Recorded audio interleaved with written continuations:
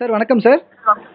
வணக்கம் வணக்கம். சார் இப்போ எதிர்க்கட்சி தலைவர் உதயநிதி அவர்கள் கைது செய்யப்பட்டிருக்கிறார் நடிகை குறித்த ஒரு பேச்சுக்காக.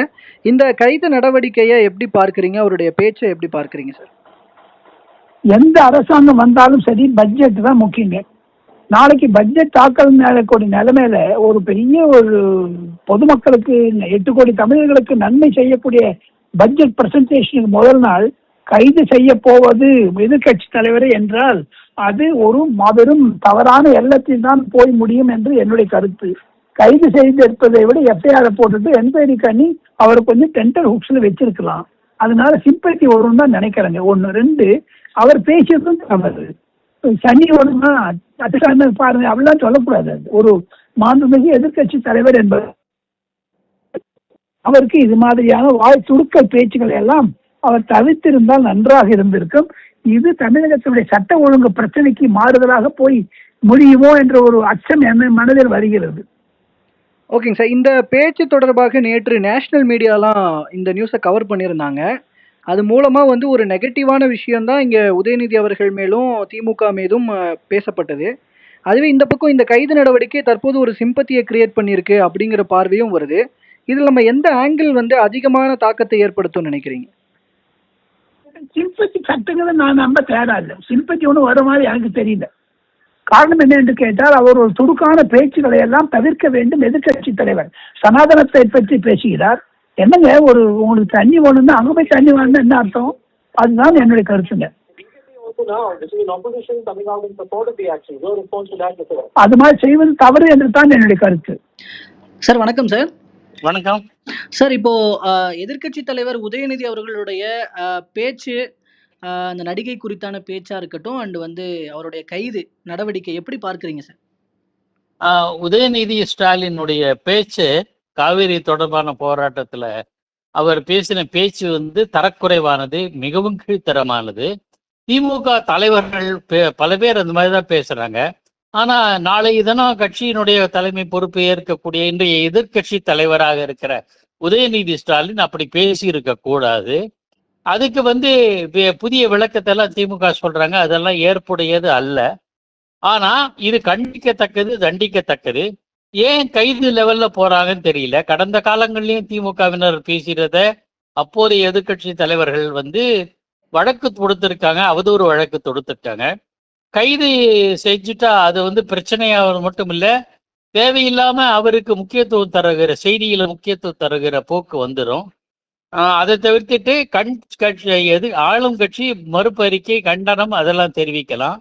அதே சமயத்துல அந்த மாதிரி கட்சி, குறிப்பா திமுகவில் தான் அதிகமா இந்த மாதிரி தரக்குறைவா பேசுகிற தலைவர்கள் நிறைய பேர் இருக்காங்க. அதை கண்டிக்கணும். திமுக தலைமை மு.க. ஸ்டாலின் அவர்கள் தங்களுடைய சகாக்களுக்கு இந்த மாதிரி தரக்குறைவா பேசுவதை கடுமையாக கண்டிக்க வேண்டும், கண்டிக்கவும் செய்ய வேண்டும். கட்சியிலிருந்து நீக்குதல், பொறுப்பிலிருந்து நீக்குதல் போன்ற நடவடிக்கைகளை எடுத்தா ஓரளவு கட்டுப்படும். அதை செய்யணும். தேவையில்லாத சர்ச்சை எல்லா தரப்பினரும் உருவாக்கி இருக்காங்க, அரசியலாக்கி இருக்காங்களே தவிர சமுதாயத்துக்கோ நாட்டுக்கோ எந்த பயனையும் யாருமே செய்யல. சார், அந்த வீடியோவை பொறுத்த மட்டில் அது வந்து வெட்டி ஒட்டப்பட்டது அப்படின்னு சொல்லி உதயநிதி அவர்கள் சொல்றாரு. இந்த கைது நடவடிக்கையை நான் ஒரு காமெடியா தான் பார்க்கிறேன் அப்படின்றாரு. அப்ப இது முழுக்க முழுக்க தாவேக்கா அரசால ஜோடிக்கப்பட்ட ஒன்று நீங்க பார்க்கிறீங்களா? இல்ல, அவரோட காணொலி முழுக்க யூடியூப் பார்த்தேன். பல தளங்கள்ல அவங்களே எடுத்து போட்டிருக்காங்க. இதுல எதுவுமே வெட்டுதல் ஒட்டுதல் இல்ல, தரக்குறைவானது.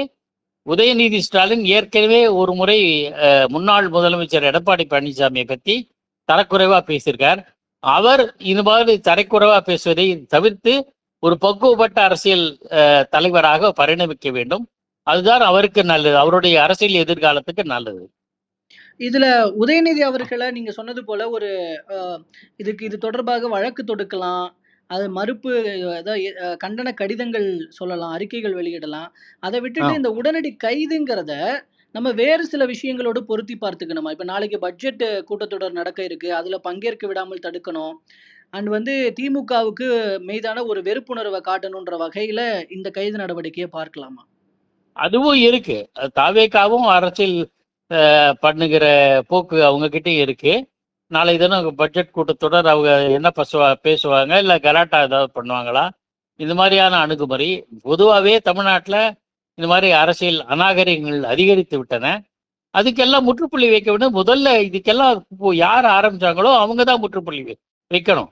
இது மாதிரி தரக்குறைவான தேசிய அளவிலையும் நாடாளுமன்றத்தில் நடக்க அவை நடவடிக்கை நடக்கிறது இல்லை. நாளை தினம் சட்டப்பேரவையில் பட்ஜெட் தொடர் தாக்கல் பட்ஜெட் தாக்கல் செய்யும் போது ஏதேனும் கூக்குரல் எழுப்பலாம், வெளிநடப்பு செய்யலாம், ஏதோ ஒரு நடக்கும். அதனால அதுக்கு முற்றுப்புள்ளி வைப்பதுக்காக ஏதாவது செய்யறாங்க அப்படின்னு கூட கருதலாம். எனக்கு அதெல்லாம் விவரம் தெரியாது. இதெல்லாம் அரசியல் பார்வை, அப்படிதான் நான் பார்க்கிறேன். அரசியல்வாதிகள் இந்த மாதிரியான போக்குகளை தவிர்த்து விட்டு மக்கள் நலனில் அதிக அக்கறை எடுத்துக்கொள்ள வேண்டும். இதுல பர்டிகுலர்லி அந்த நடிகையினுடைய இன்ஃப்ளூயன்ஸ் அதிகம் இருக்கு இந்த நடவடிக்கையில அப்படின்னு நம்ம கருதலாமாங்க சார்? அதெல்லாம் நம்ம எப்படிங்க சொல்ல முடியும்? யாருடைய இன்ஃப்ளூயன்ஸும் இருக்கா இல்லையாங்கிறது. அப்படியே உங்களுக்கு சந்தேகம் இருந்தா நீதிமன்றத்துக்கு போங்க. இல்ல எதனாலனா இப்ப ஒரு பெண் அமைச்சர்களை பத்தி ஒருவேளை இப்படி பேசியிருக்காங்கன்னா இப்படிப்பட்ட நடவடிக்கை இருந்திருக்குமா? ஆனா குறிப்பிட்ட அந்த நடிகை பற்றி பேசியதுனால இப்படிப்பட்ட நடவடிக்கை இருக்கா அப்படின்னு ஒரு கேள்வி எழுது. அதனால எனக்கு அந்த மாதிரி எல்லாம் பார்க்க தெரியல. யாராக இருந்தாலுமே யாரை பற்றியும் பேசுவது தவறு. அது அப்படிதான் நான் பார்க்கிறேன். மற்றபடி இதுக்கு குறிப்பிட்ட ஆளு நபரை பத்தி எல்லாம் எனக்கு கவலை இல்லை. அதெல்லாம் முக்கியம் என்று நான் கருதவில்லை. ஓகே. ஆனா இது மூலமா மேகதாது விஷயத்துல தமிழக அரசு மீது இங்க தமிழ்நாட்டுல பேசப்பட்டுகிட்டு இருக்கிற விஷயத்துல ஒரு திசை திருப்பல் நடவடிக்கையா இப்ப இது அமைஞ்சிருக்கு அப்படின்னு கூட எடுத்துக்கலாமா? இல்ல, பொதுவாவே ஏதாவது பெரிய சிக்கல் வந்தா மடைமாற்றுதல், திசை திருப்புதல் பழக்கம் அரசியல் தலைவர்களுக்கு, அரசியல்வாதிகளுக்கு இருக்கு. கடந்த திமுக ஆட்சியில கூட பல பிரச்சனைகள் அப்படியே கடம்புல போட்டாங்க. பல பிரச்சனைகளுக்கு தீர்வு நோக்கிய நகரல, எந்த விதமான சொல்யூஷனும் சொல்லல, அரசாங்கமும் சொல்லல, தலைவர்களும் பேசல. அதை பத்தி வேற ஏதோ மடைமாற்றம் செய்த சம்பவங்கள்லாம் நிறைய உண்டு. ஏராளமான சம்பவங்கள் அது மாதிரி மடைமாற்றம் பண்ணியிருக்காங்க. அதே வழியே இவங்க ஆரம்பிக்கிறாங்களோ என்ற எண்ணம் தோன்றுகிறது மக்கள் மத்தியில். அதெல்லாம் நிறுத்தப்பட வேண்டும் அப்படிதான் பார்க்கிறேன். ஓகேங்க சார். இல்ல இது மூலமா இந்த பேச்ச வந்து நேஷனல் மீடியாஸ்லாம் நேத்து எடுத்து பேசிட்டு இருந்தாங்க, உதயநிதி அவர்களுடைய பேச்ச. இந்த நடவடிக்கை மூலமாக திமுக மீதான மக்கள் பார்வை எப்படி போகும்னு நினைக்கிறீங்க? தாவேகா மீதான மக்கள் பார்வை எப்படி ஆகும்னு நினைக்கிறீங்க? சார், திமுக எப்பவுமே தரக்குறைவா பேசுறது கிடைக்காருங்க. அவங்கதான் இதுல எக்ஸ்பர்ட். பல தலைவர்கள் தரக்குறைவு. இன்னைக்கு உதயநிதி பேச்சை வந்து ஜஸ்டிஃபை பண்ற மாதிரி பேசியிருக்கிற RS பாரதியே கூட கடைசியில சில விஷயங்களை திமுக காரன் பார்த்துக்க மாட்டான், இனிமே அவன் வேற மாதிரி அப்படின்ற மாதிரி ஏதோ கருத்து சொல்லிருக்காரு. அதுவே வந்து தரக்குறைவானது மட்டுமில்ல, ஆபத்தான எச்சரிக்கையா கூட தோணுது.